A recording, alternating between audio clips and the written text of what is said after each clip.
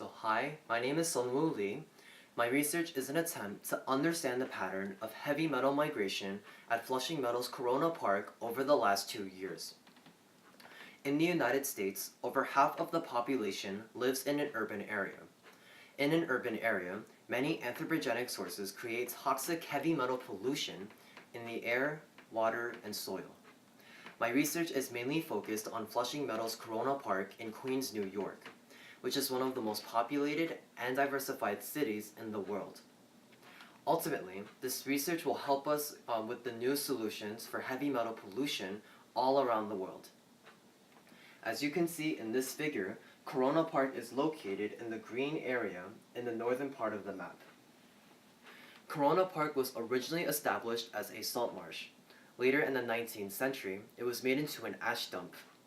Then, the park experienced massive construction for hosting the World's Fair twice in 1939 and 1964, and even afterwards for the highway, Long Island railroads, etc. Today, according to a study, approximately 1.33 kilogram per hectare per year of lead is discharged into the air from the highway. Many highways surrounding Corona Park is exposing more lead. The lead and heavy metals discharged into the air settles into the soil and becomes immobilized.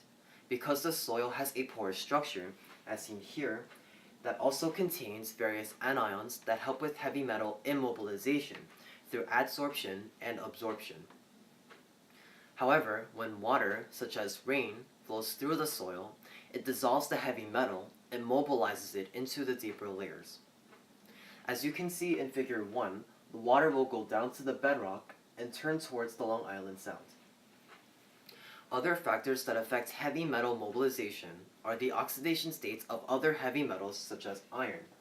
This is because iron 3 can oxidize lead and change its solubility in water.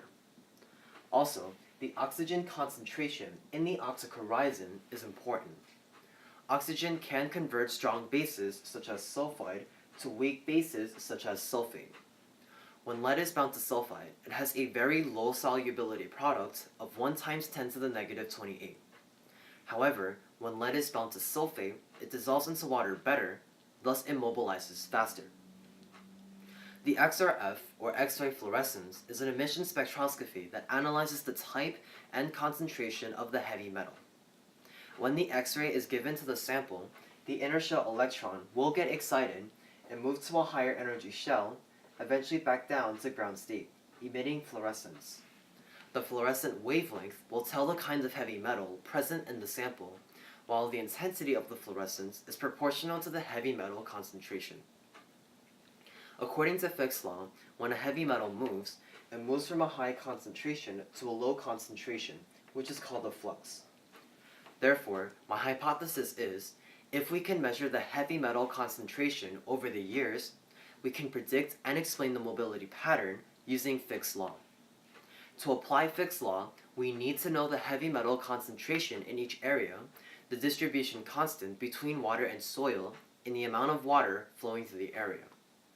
Ultimately, this research can be applied to major urban cities and nuclear facility soil all around the world.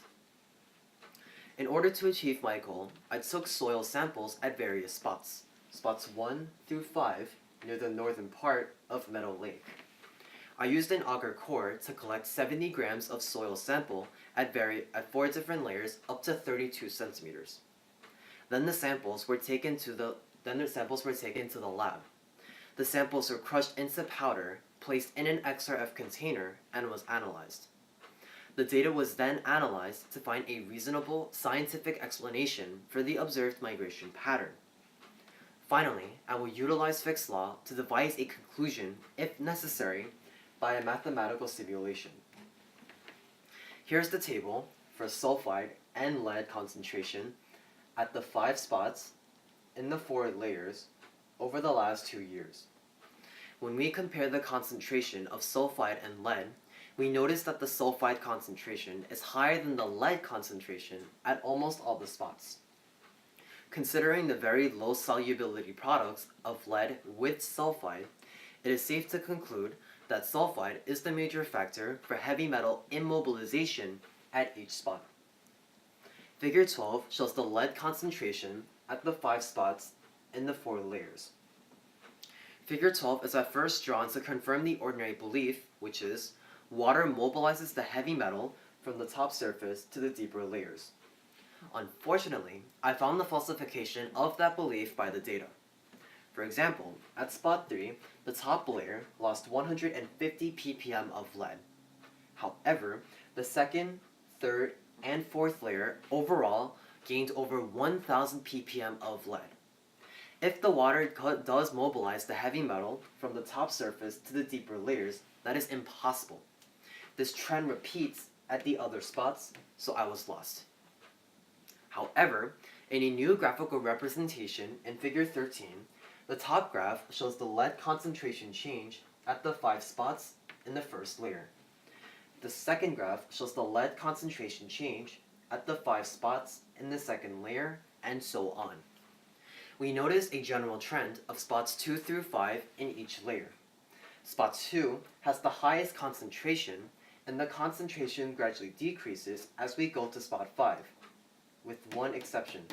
When we check the geographical relationship between spots 2 and 5, as seen here, generally the most northern spot, spot 2, has the highest concentration of lead, and as we go down south towards spot 5, the concentration decreases. I built a mathematical matrix to analyze the data.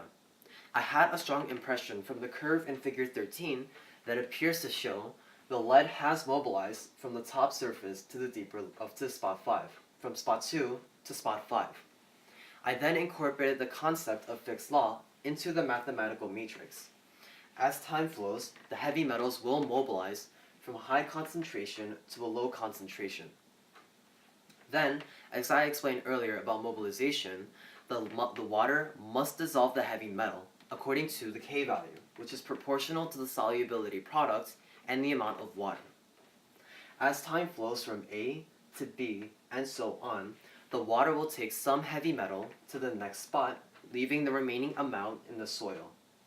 Then the heavy metal that went to the next spot will undergo distribution equilibrium between water and soil according to the K value. This trend repeats at the other spots. The concentration change versus time is plotted in a graph in Figures 14 and 15. The first matrix shows that the K value is equal to 0, which means the heavy metal does not dissolve into water at all. I put 1000 ppm in the initial spot and time, and as time flows, there was no heavy metal accumulation from spots 2 through 5 as seen in the graph. The second matrix shows that the K value is equal to 1, which means the heavy metal completely dissolves in water, leaving no heavy metal in the soil. As time flows from 0 to A, spot 2 gains 1000 ppm. It was originally 0 ppm, however, it gains the 1000 ppm from the previous spot. After trying various K values giving the 2015 lead concentration values, as seen in Table 2, as a starting point at spots 3 through 5 as seen in Figure 16, I hoped that I could duplicate the 2016 lead concentration values at spots 3 through 5 in the matrix. As time flows, the lead concentration changed, thus it has mobilized. However, I was unable to duplicate the 2016 lead concentration data with any K value. So that's when I thought that there could be more than one equilibrium as water passes between the area. As you can see in the boxes in Figure 17 and 18, I split each spot into additional stages of equilibrium. Then, at time equals to I, with a K value of 0.38, I was able to get roughly close numbers. But then I was wondering, is water only flowing from north to south? Therefore, I introduced another K value, as seen here, that considers the water flow for all the other directions, including downwards. So, at time equals to I, with a K value of 0.38 for the north to south direction, and 0.0035 for all the other directions, I was able to duplicate the experimental data fairly close. However, it was hard to believe that water dominantly flows from north to south on the subsurface, so I had to check the surfaces of the park. And indeed, as you can see in Figure 9, there is a slope at Corona Park from north to south. In addition, near Spot 2, there is a parking lot right next to the highway. Thus, a very high lead concentration at Spot 2 can be explained as a runoff from the hard surface parking lot to Spot 2. And the water, by the forces of gravity, will flow down south along with the slope towards Spot 5. In conclusion, the lead concentration is at least 5 times higher than the EPA regulation. Unlike the ordinary belief of Corona Park at Meadow Lake, the water flows from north to south carrying the heavy metals. Thus, these toxic heavy metals are heading towards the residential area located in the southern part of Queens. Also, the mathematical matrix confirms that the water indeed flows from north to south, and it was also able to duplicate the 2016 lead concentration data. So in the future, in order to stop the spread of heavy metals, a water cleaning well, as seen here, must be constructed at the southern part of Corona Park to create a safe environment for all the citizens. I'd like to thank everyone listed here, including my mentor, Dr. Dar, and my science research teacher, Dr. Cohen, for giving me this opportunity to conduct the amazing research that I do today. And thank you for your attention. If you have any questions, I'll be more than happy to answer.